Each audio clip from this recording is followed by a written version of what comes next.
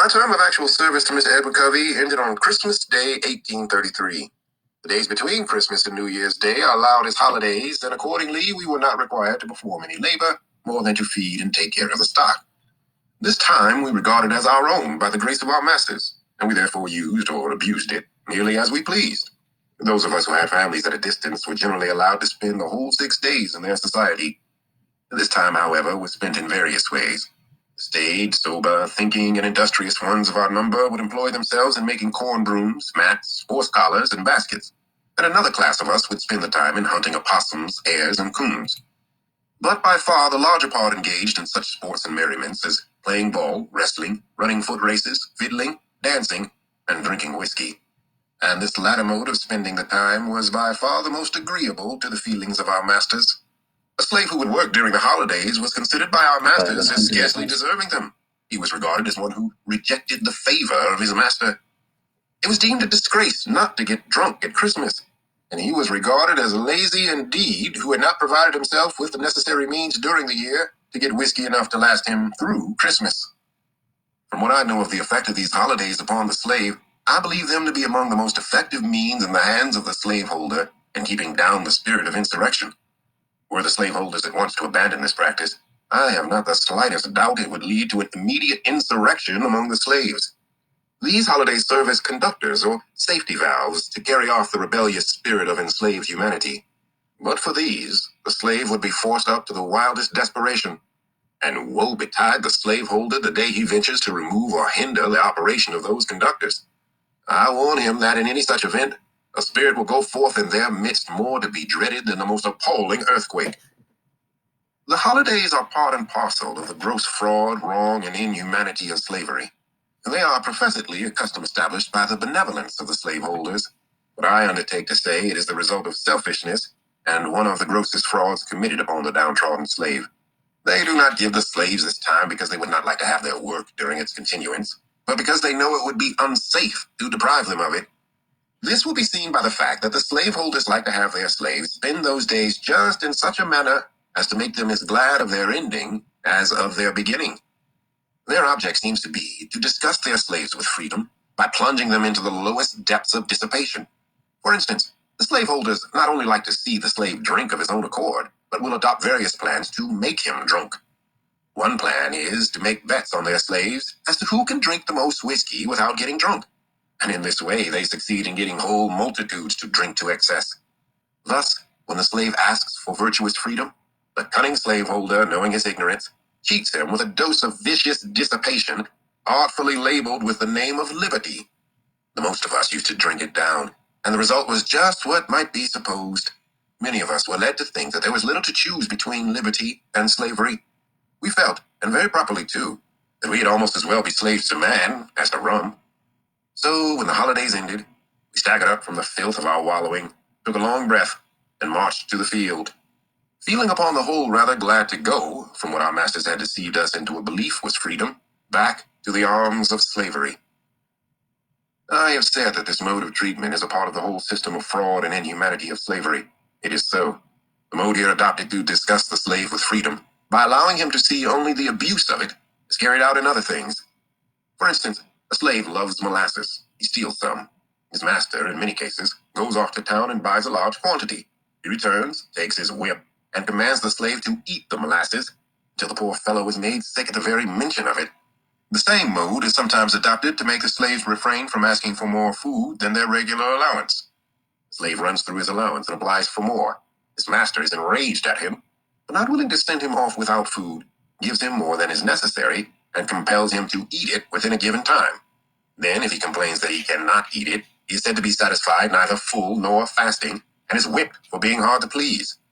I have an abundance of such illustrations of the same principle drawn from my own observation, but think the cases I have cited sufficient. The practice is a very common one. On the first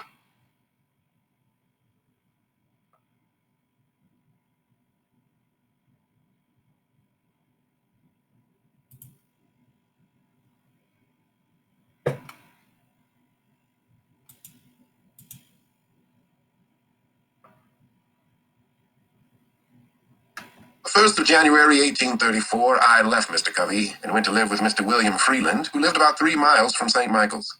I soon found Mr. Freeland a very different man from Mr. Covey. Although not rich, he was what might be called an educated Southern gentleman. Mr. Covey, as I have shown, was a well-trained Negro breaker and slave driver.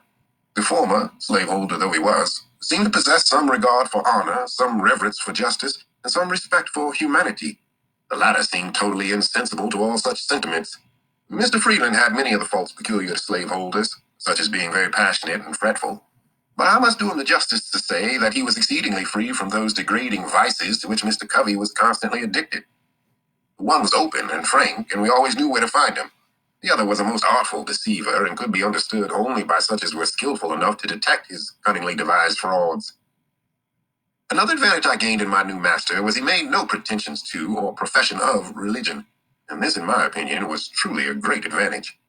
I assert most unhesitatingly that the religion of the South is a mere covering for the most horrid crimes, a justifier of the most appalling barbarity, a sanctifier of the most hateful frauds, and a dark shelter under which the darkest, foulest, grossest, and most infernal deeds of slaveholders find the strongest protection. Were I to be again reduced to the chains of slavery, next to that enslavement, I should regard being the slave of a religious master the greatest calamity that could befall me.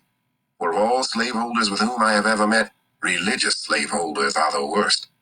I have ever found them the meanest and basest, the most cruel and cowardly of all others. It was my unhappy lot not only to belong to a religious slaveholder, but to live in a community of such religionists. Very near Mr. Freeland lived the Reverend Daniel Whedon, and in the same neighborhood lived the Reverend Rigby Hopkins. These were members and ministers in the Reformed Methodist Church.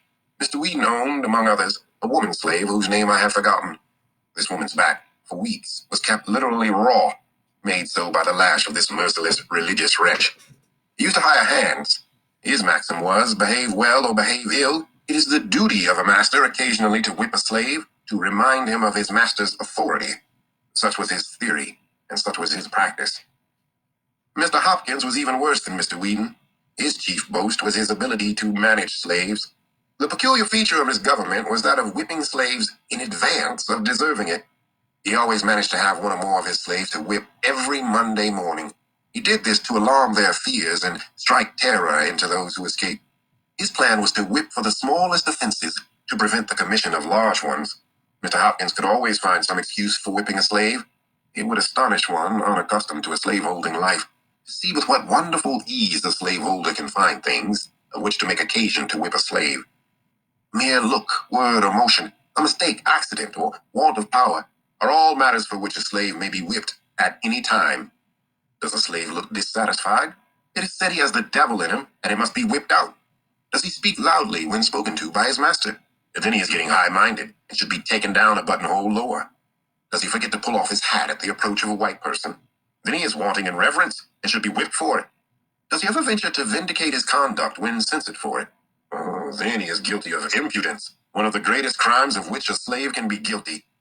Does he ever venture to suggest a different mode of doing things from that pointed out by his master?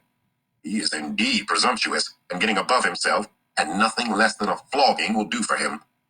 Does he, while plowing, break the plow, or while hoeing, break the hoe? It is owing to his carelessness, and for it a slave must always be whipped. Mr. Hopkins could always find something of this sort to justify the use of the lash, and he seldom failed to embrace such opportunities. There was not a man in the whole county with whom the slaves who had the getting their own home would not prefer to live, rather than with this Reverend Mr. Hopkins. And yet there was not a man anywhere around who made higher professions of religion or was more active in revivals, more attentive to the class, love feast, prayer, and preaching meetings, or more devotional in his family, that prayed earlier, later, louder, and longer than this same Reverend slave driver, Rigby Hopkins. But to return to Mr. Freeland and to my experience while in his employment. He, like Mr. Covey, gave us enough to eat, but unlike Mr. Covey, he also gave us sufficient time to take our meals. He worked us hard, but always between sunrise and sunset. He required a good deal of work to be done, but gave us good tools with which to work. His farm was large, but he employed enough hands to work it, and with ease compared with many of his neighbors. My treatment while in his employment was heavenly compared with what I experienced at the hands of Mr. Edward Covey. Mr. Freeland was himself the owner of but 2 slaves. Their names were Henry Harris and John Harris. The rest of his hands he hired. These consisted of myself, Sandy Jenkins, and Handy Caldwell. Henry and John were quite intelligent, and in a very little while after I went there, I succeeded in creating in them a strong desire to learn how to read. This desire soon sprang up in the others also. They very soon mustered up some old spelling books, and nothing would do but that I must keep a Sabbath school. I agreed to do so, and accordingly devoted my Sundays to teaching these my loved fellow slaves how to read. Neither of them knew his letters when I went there. Some of the slaves of the neighboring farms found what was going on, and also availed themselves of this little opportunity to learn to read. It was understood among all who came that there must be as little display about it as possible. It was necessary to keep our religious masters at St. Michael's unacquainted with the fact that instead of spending the Sabbath in wrestling, boxing, and drinking whiskey, we were trying to learn how to read the will of God. They had much rather see us engaged in those degrading sports than to see us behaving like intellectual, moral, and accountable beings. My blood boils as I think of the bloody manner in which Messrs. Wright Fairbanks and Garrison West, both class leaders, in connection with many others, rushed in upon us with sticks and stones and broke up our virtuous little Sabbath school at St. Michael's, all calling themselves Christians, humble followers of the Lord Jesus Christ. But I am again digressing. I held my Sabbath school at the house of a free colored man whose name I deem it imprudent to mention, for should it be known, it might embarrass him greatly, though the crime of holding the school was committed 10 years ago. I had at one time over 40 scholars, and those of the right sort, ardently desiring to learn. They were of all ages, though mostly men and women. I look back to those Sundays with an amount of pleasure not to be expressed. They were great days to my soul. The work of instructing my dear fellow slaves was the sweetest engagement with which I was ever blessed. We loved each other, and to leave them at the close of the Sabbath was a severe cross indeed. When I think that these precious souls are today shut up in the prison house of slavery, my feelings overcome me. I am almost ready to ask, does a righteous God govern the universe? And for what does he hold the thunders in his right hand, if not to smite the oppressor and deliver the spoiled out of the hand of the spoiler? These dear souls came not to Sabbath school because it was popular to do so, nor did I teach them because it was reputable to be thus engaged. Every moment they spent in that school, they were liable to be taken up and given 39 lashes. They came because they wished to learn. Their minds had been starved by their cruel masters. They had been shut up in mental darkness. I taught them because it was the delight of my soul to be doing something that looked like bettering the condition of my race. I kept up my school nearly the whole year I lived with Mr. Freeland, and beside my Sabbath school, I devoted 3 evenings in the week during the winter to teaching the slaves at home. And I have the happiness to know that several of those who came to Sabbath school learned how to read, and that one at least is now free through my agency. The year passed off smoothly. It seemed only about half as long as the year which preceded it. I went through it without receiving a single blow. I will give Mr. Freeland the credit of being the best master I ever had, till I became my own master. For the ease with which I passed the year, I was, however, somewhat indebted to the society of my fellow slaves. They were noble souls. They not only possessed loving hearts, but brave ones. We were linked and interlinked with each other. I loved them with a love stronger than anything I have experienced since. It is sometimes said that we slaves do not love and confide in each other. In answer to this assertion, I can say I never loved any or confided in any people more than my fellow slaves, and especially those with whom I lived at Mr. Freeland's. I believe we would have died for each other. We never undertook to do anything of any importance without a mutual consultation. We never moved separately. We were one, and as much so by our tempers and dispositions as by the mutual hardships to which we were necessarily subjected by our condition as slaves. At the close of the year 1834, Mr. Freeland again hired me of my master for the year 1835. But by this time, I began to want to live upon free land as well as with Freeland, and I was no longer content, therefore, to live with him or any other slaveholder. I began with the commencement of the year to prepare myself for a final struggle which should decide my fate one way or the other. My tendency was upward. I was fast approaching manhood, and year after year had passed and I was still a slave. These thoughts roused me. I must do something. I therefore resolved that 1835 should not pass without witnessing an attempt on my part to secure my liberty.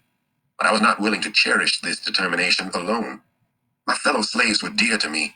I was anxious to have them participate with me in this my life-giving determination. I therefore, though with great prudence, commenced early to ascertain their views and feelings in regard to their condition, and to imbue their minds with thoughts of freedom.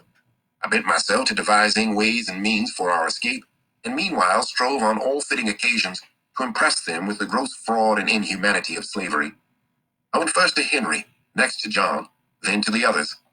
I found in them all warm hearts and noble spirits. They were ready to hear and ready to act when a feasible plan should be proposed. Talk to them of our want of manhood if we submitted to our enslavement without at least one noble effort to be free. We met often and consulted frequently, and told our hopes and fears, recounted the difficulties, real and imagined, which we should be called on to meet. At times we were almost disposed to give up, and tried to content ourselves with our wretched lot. At others, we were firm and unbending in our determination to go. Whenever we suggested any plan, they were shrinking. The odds were fearful. Our path was beset with the greatest obstacles, and if we succeeded in gaining the end of it, our right to be free was yet questionable. We were yet liable to be returned to bondage. We could see no spot this side of the ocean where we could be free. We knew nothing about Canada. Our knowledge of the North did not extend farther than New York, and to go there and be forever harassed with the frightful liability of being returned to slavery, with the certainty of being treated tenfold worse than before, the thought was truly a horrible one, and one which it was not easy to overcome. The case sometimes stood thus. At every gate through which we were to pass, we saw a watchman, at every ferry a guard, on every bridge a sentinel, and in every wood a patrol. We were hemmed in upon every side. Here were the difficulties, real or imagined, the good to be sought, and the evil to be shunned. On the one hand, there stood slavery, a stern reality, glaring frightfully upon us, its robes already crimson with the blood of millions, and even now feasting itself greedily upon our own flesh. On the other hand, away back in the dim distance, under the flickering light of the North Star, behind some craggy hill or snow-covered mountain, stood a doubtful freedom, half-frozen, beckoning us to come and share its hospitality. This in itself was sometimes enough to stagger us, and when we permitted ourselves to survey the road, we were frequently appalled. Upon either side we saw grim death assuming the most horrid shapes. Now it was starvation causing us to eat our own flesh. Now we were contending with the waves and were drowned. Now we were overtaken and torn to pieces by the fangs of the terrible bloodhound.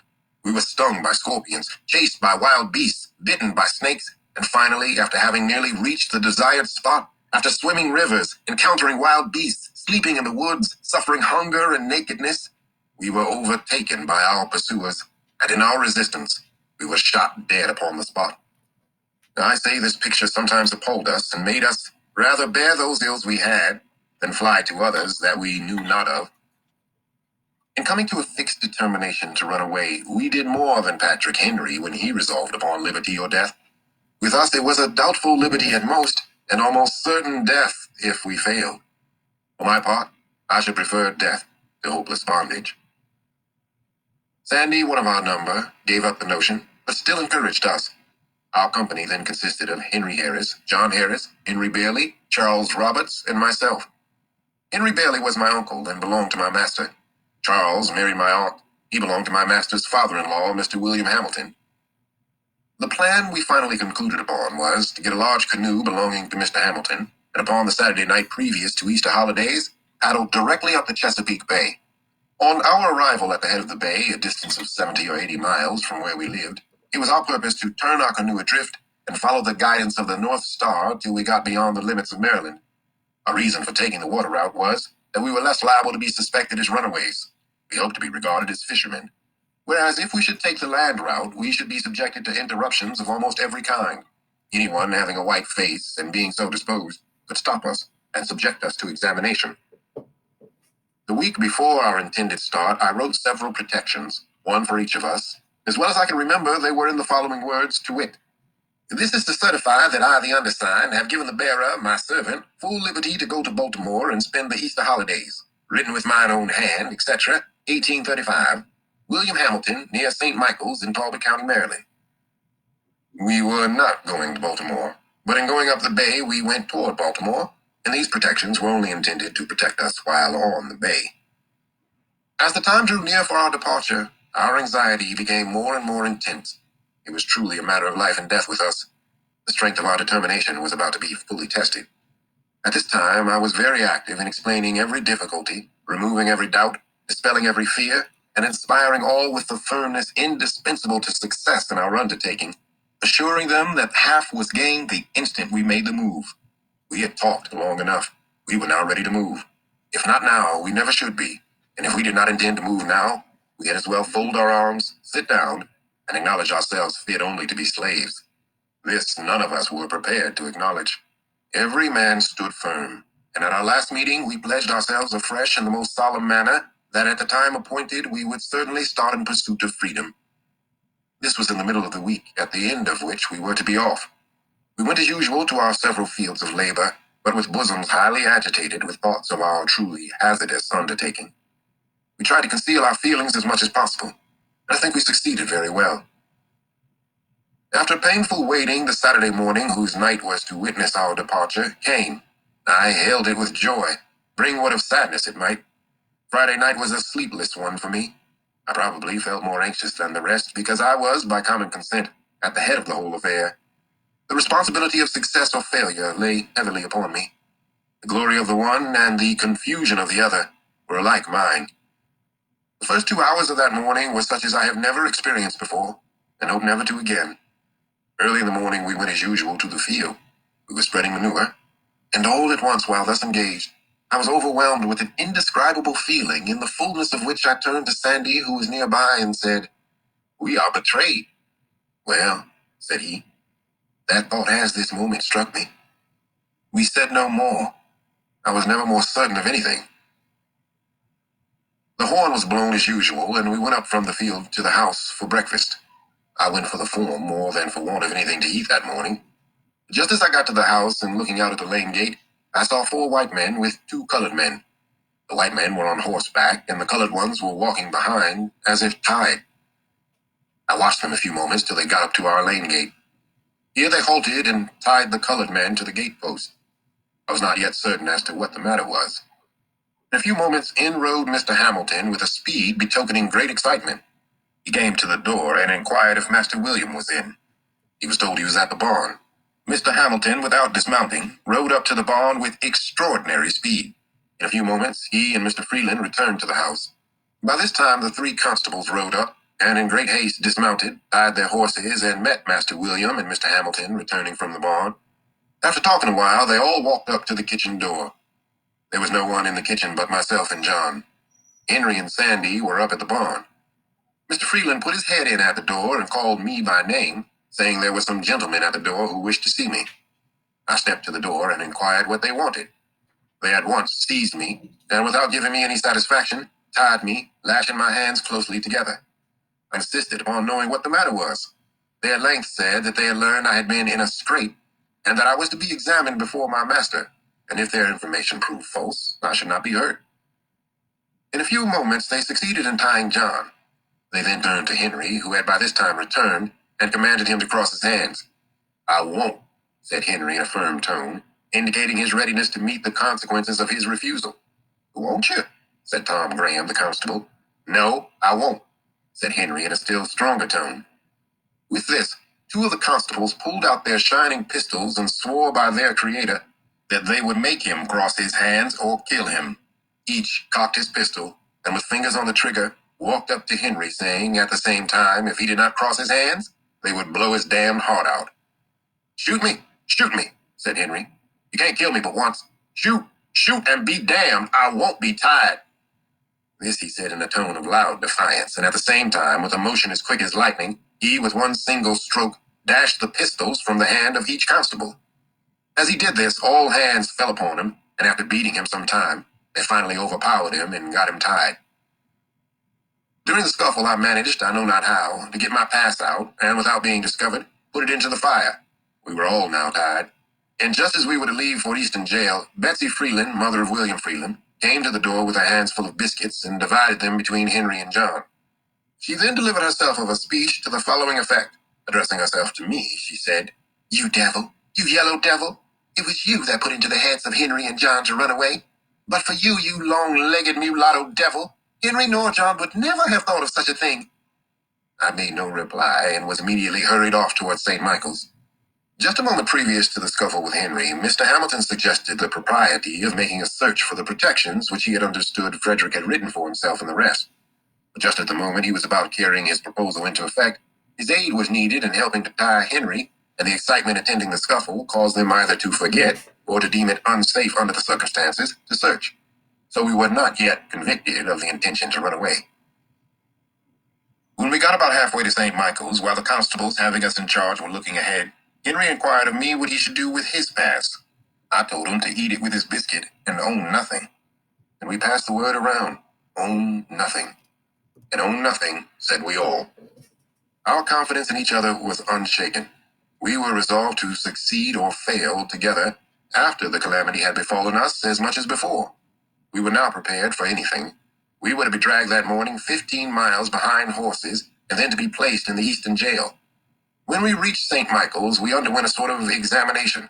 We all denied that we ever intended to run away. We did this more to bring out the evidence against us than from any hope of getting clear of being sold. For as I have said, we were ready for that. The fact was, we cared but little where we went, so we went together. Our greatest concern was about separation. We dreaded that more than anything else this side of death. We found the evidence against us to be the testimony of one person. Our master would not tell us who it was, but we came to a unanimous decision among ourselves as to who their informant was. We were sent off to the jail at Easton. When we got there, we were delivered up to the sheriff, Mr. Joseph Graham, and by him placed in jail. Henry, John, and myself were placed in one room together, Charles and Henry Bailey in another. Their object in separating us was to hinder concert. We had been in the jail scarcely 20 minutes when a swarm of slave traders and agents for slave traders flocked into jail to look at us and to ascertain if we were for sale. Such a set of beings I never saw before. I felt myself surrounded by so many fiends from perdition. A band of pirates never looked more like their father, the devil. They laughed and grinned over us, saying, "Ah, my boys, we have got you, haven't we?" And after taunting us in various ways, they, one by one, went into an examination of us, with intent to ascertain our value. They would impudently ask us if we would not like to have them for our masters. We would make them no answer and leave them to find out as best they could. Then they would curse and swear at us, telling us that they could take the devil out of us in a very little while, if we were only in their hands. While in jail, we found ourselves in much more comfortable quarters than we expected when we went there. We did not get much to eat, nor that which was very good. But we had a good clean room, from the windows of which we could see what was going on in the street, which was very much better than though we had been placed in one of the dark, damp cells. Upon the whole, we got along very well, so far as jail and its keeper were concerned. Immediately after the holidays were over, contrary to all our expectations, Mr. Hamilton and Mr. Freeland came up to Easton and took Charles, the two Henrys, and John out of jail and carried them home, leaving me alone. I regarded this separation as a final one. It caused me more pain than anything else in the whole transaction. I was ready for anything rather than separation. I supposed that they had consulted together and had decided that as I was the whole cause of the intention of the others to run away, it was hard to make the innocent suffer with the guilty, and that they had therefore concluded to take the others home and sell me as a warning to the others that remained. It is due to the noble Henry to say he seemed almost as reluctant at leaving the prison as at leaving home to come to the prison. But we knew we should in all probability be separated if we were sold, and since he was in their hands, he concluded to go peaceably home. I was now left to my fate. I was all alone, and within the walls of a stone prison. But a few days before, and I was full of hope. I expected to have been safe in a land of freedom. But now I was covered with gloom, sunk down to the utmost despair. I thought the possibility of freedom was gone. I was kept in this way about 1 week, at the end of which Captain Auld, my master, to my surprise and utter astonishment, came up and took me out with the intention of sending me with a gentleman of his acquaintance into Alabama. But from some cause or another, he did not send me to Alabama, but concluded to send me back to Baltimore to live again with his brother Hugh and to learn a trade. Thus, after an absence of 3 years and 1 month, I was once more permitted to return to my old home at Baltimore. My master sent me away because there existed against me a very great prejudice in the community, and he feared I might be killed. In a few weeks after I went to Baltimore, Master Hugh hired me to Mr. William Gardner, an extensive shipbuilder on Fells Point. I was put there to learn how to caulk. It, however, proved a very unfavorable place for the accomplishment of this object. Mr. Gardner was engaged that spring in building 2 large man-of-war brigs, professedly for the Mexican government. The vessels were to be launched in the July of that year, and in failure thereof, Mr. Gardner was to lose a considerable sum. So that when I entered, all was hurry. There was no time to learn anything. Every man had to do that which he knew how to do. In entering the shipyard, my orders from Mr. Gardner were to do whatever the carpenters commanded me to do. This was placing me at the beck and call of about 75 men. I was to regard all these as masters. Their word was to be my law. My situation was a most trying one. At times I needed a dozen pair of hands. I was called a dozen ways in the space of a single minute. 3 or 4 voices would strike my ear at the same moment. It was, "Fred, come help me to camp this timber here. Fred, come carry this timber yonder. Fred, bring that roller here. Fred, go get a fresh can of water. Fred, come help saw off the end of this timber. Fred, go quick and get the crowbar. Fred, hold on the end of this fall. Fred, go to the blacksmith shop and get a new punch. Hurry, Fred, run and bring me a cold chisel. I say, Fred, bear a hand and get up a fire as quick as lightning under that steam box. Hello, nigger, come turn this grindstone. Come, move, and blows this timber forward. I say, darky, blast your eyes. Why don't you heat up some pitch? Hello. 3 voices at the same time. Come here, go there. Hold on where you are. Damn you, if you move, I'll knock your brains out. This was my school for 8 months, and I might have remained there longer, but for a most horrid fight I had with 4 of the white apprentices, in which my left eye was nearly knocked out, and I was horribly mangled in other respects. The facts in the case were these. Until a very little while after I went there, white and black ship carpenters worked side by side, and no one seemed to see any impropriety in it. All hands seemed to be very well satisfied. Many of the black carpenters were freemen. Things seemed to be going on very well. All at once, the white carpenters knocked off and said they would not work with free-colored workmen. Their reason for this, as alleged, was that if free-colored carpenters were encouraged, they would soon take the trade into their own hands, and poor white men should be thrown out of employment. They therefore felt called upon at once to put a stop to it. And taking advantage of Mr. Gardner's necessities, they broke off, swearing they would work no longer unless he would discharge his black carpenters. Now, though this did not extend to me in form, it did reach me in fact. My fellow apprentices very soon began to feel it degrading to them to work with me. They began to put on airs and talk about the niggers taking the country, saying we all ought to be killed. And being encouraged by the journeymen, they commenced making my condition as hard as they could by hectoring me around and sometimes striking me. I, of course, kept the vow I made after the fight with Mr. Covey and struck back again regardless of consequences. And while I kept them from combining, I succeeded very well, for I could whip the whole of them, taking them separately. They, however, at length combined, and came upon me armed with sticks, stones, and heavy handspikes. One came in front with a half-brick. There was one at each side of me and one behind me. While I was attending to those in front, and on either side, the one behind ran up with his handspike and struck me with a heavy blow upon the head. It stunned me. I fell, and with this they all ran upon me and fell to beating me with their fists. I let them lay on for a while, gathering strength. In an instant, I gave a sudden surge and rose to my hands and knees. Just as I did that, one of their number gave me, with his heavy boot, a powerful kick in the left eye. My eyeball seemed to have burst. When they saw my eye closed and badly swollen, they left me. With this, I seized the handspike and for a time pursued them. But here the carpenters interfered, and I thought I might as well give it up. It was impossible to stand my hand against so many. All this took place in sight of not less than 50 white ship carpenters, and not one interposed a friendly word. But some cried, "Kill the damn nigger! Kill him! Kill him! He struck a white person!" I found my only chance for life was in flight. I succeeded in getting away without an additional blow, and barely so. For to strike a white man is death by lynch law, and that was the law in Mr. Gardner's shipyard. Nor is there much any other law out of Mr. Gardner's shipyard. I went directly home and told the story of my wrongs to Master Hugh. And I'm happy to say of him, irreligious as he was, his conduct was heavenly compared with that of his brother Thomas under similar circumstances. He listened attentively to my narration of the circumstances leading to the savage outrage, and gave many proofs of his strong indignation at it. The heart of my once overkind mistress was again melted into pity. My puffed-out eye and blood-covered face moved her to tears. She took a chair by me, washed the blood from my face, and with a mother's tenderness, bound up my head, covering the wounded eye with a lean piece of fresh beef. It was almost compensation for my suffering to witness once more a manifestation of kindness from this, my once affectionate old mistress. Master Hugh was very much enraged. He gave expression to his feelings by pouring out curses upon the heads of those who did the deed. As soon as I got a little the better of my bruises, he took me with him to Esquire Watson's on Bond Street to see what could be done about the matter. Mr. Watson inquired who saw the assault committed. Master Hugh told him it was done in Mr. Gardner's shipyard at midday, where there were a large company of men at work. As to that, he said, the deed was done and there's no question as to who did it.